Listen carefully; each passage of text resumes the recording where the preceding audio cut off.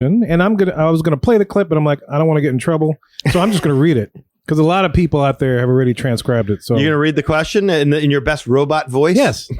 So this is what the question was answered. Why hasn't Disney prepared anything or placed more than just a handful of attractions in the pipeline to be ready in 2025 at Walt Disney World? The unidentified stakeholder said. And this is in response to Epic Universe. So we just covered 6 weeks of Epic Universe stuff and all the things that are going on.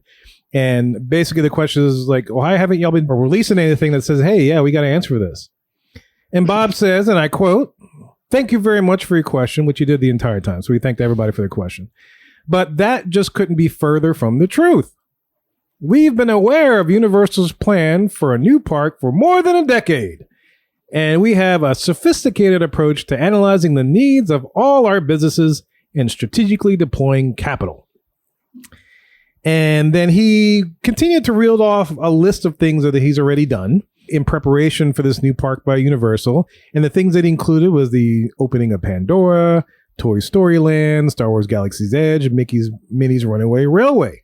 And I quote, he says it's a multi-year, multi-billion-dollar transformation of Epcot Center. And he added attractions like Remy's Ratatouille Adventure, Moana's Journey of Water, the expansion at Epcot, Guardians of the Galaxy Cosmic Rewind.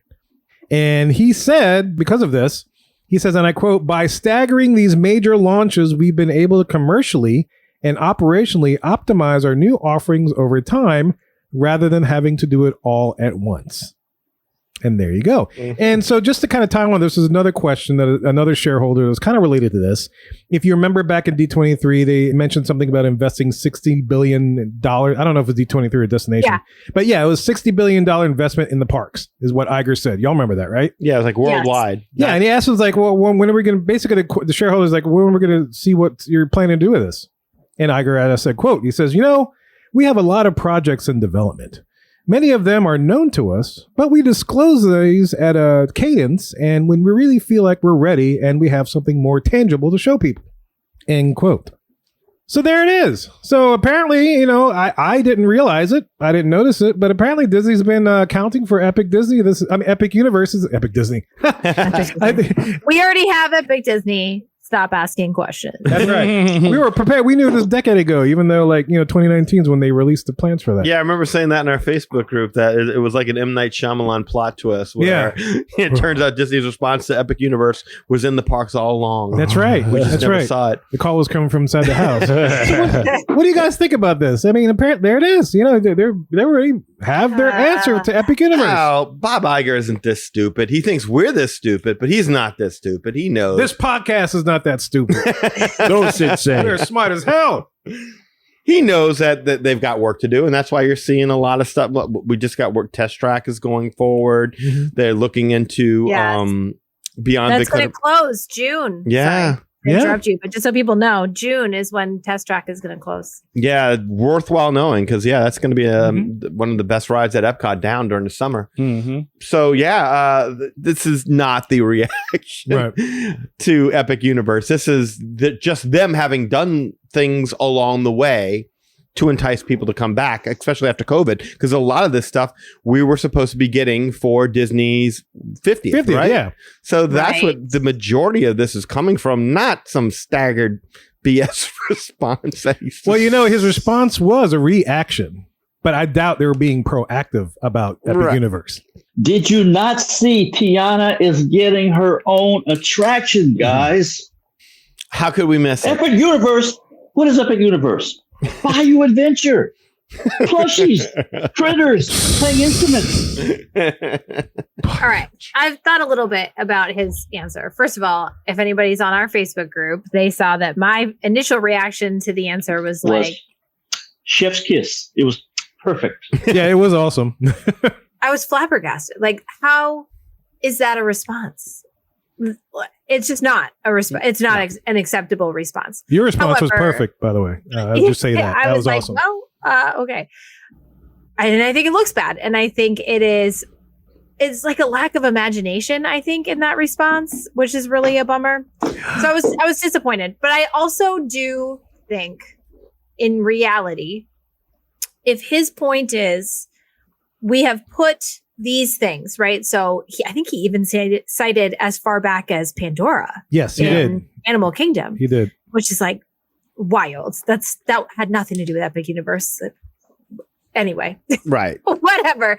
So if we take all those things, like from Pandora to today, if those are all a cumulative response, and what he's really saying is, yes, Epic Universe will come online. Yes, we will lose some temporary market share, but I believe that long term, we have enough here that people are going to still need to come here.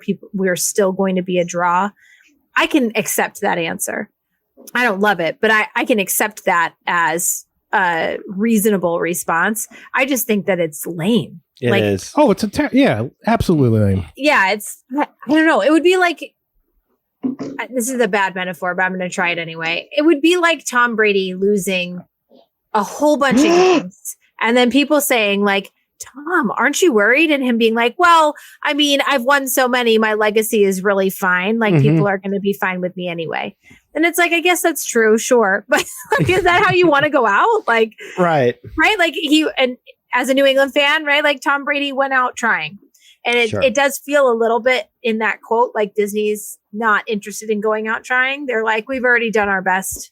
I think people will want it anyway, which is maybe true, but it's kind of a bummer. Well, it is true to a certain extent because Disney has something that I don't think Universal will ever have. Disney has emotions. They have that attachment. Dennis brought up many times. We're all attached from Disney from our childhood, and I don't think that's stopping anytime soon. Right. Because I've seen even the newer generations, as their kids, they're still being raised on those Disney movies, those Disney stories. And we don't go to Disney and have a good time. You don't have a whole podcast over 10 years dedicated to a place that you just, hey, I like to go there. No, you're emotionally attached. You have an emotional investment in that. And that's what Disney's counting on. Yeah. I think that's what Iger's counting on. There will always be people that want to go to Disney because that's what they love. And I think it's true. We talked about this when we saw what the Donkey Kong coaster was going to be. And we said it on the show, like it made us mad at Disney because we were like, you're our guy. You're the company that we're backing. Y'all should be the one doing this. They could have done that easily. And it does. It ticks you off, to use another sports analogy. Like Rachel said, it's like when your rival signs the best free agent and you're sitting there like, we could have afforded him. Why didn't we pick him up? Why didn't we do that? And that's kind of what it feels like. It feels like it's just disappointing. Yeah. We're rooting for Disney. We want Disney to win. And it's aggravation that our favorite team doesn't seem like they're all in, because we are. Right. Yeah, we have been. You know, I've got the lack of money to prove it. Yes, indeed. So that's right. Yeah. Right. I've invested. I would like them to continue to invest. I think they will. I don't know. You'd think he would be very prepped for that question. Yeah. And I'm sure this was the answer that they thought was the best. Well, it's funny you say that because it's like when listening to the shareholder thing, that sounded like the least scripted part of the entire thing. Oh, did it? Yeah, it was that answer. Well, shame on them for not prepping him then, if that's the case. Yeah. Because that seems like an obvious one that would come up. But I wish the answer had been, we're working on Tropical Americas. This is a really exciting land, and we're excited for what it's going to do for Animal Kingdom. We're working on other innovative spaces in Magic Kingdom that we've already promoed out in the last D23, and just wait until this year. You guys are going to get some great stuff. And that's it. Like, I wish that had been the answer. It almost feels like Muhammad Ali's rope-a-dope. It's like, we'll let Universal have the thing, beat us up a little bit, and then we'll come back with something bigger. Yeah. I think he's just trying to blow smoke up all of our asses and say, like, look, we're not getting ready to reply. We've been replying. It doesn't mean we're not going to reply more.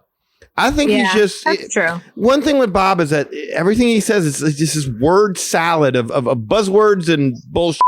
Yeah. Where he speaks a lot and says nothing. Yeah. But if you kind of listen to it, what he's trying to do is defend his past while also saying there will be a future. So I think that was his way of saying, guys, it's not like we've done nothing.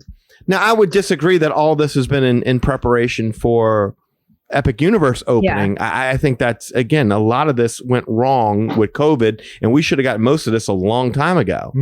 But if you're telling us that you've been prepping for Epic Universe by making the guest vacations more complicated, more expensive, and slowly opening attractions that ultimately proved to be, well, some of them proved to be a little bit underwhelming. I wouldn't say disappointing, but I would say, some... Galactic Star Cruiser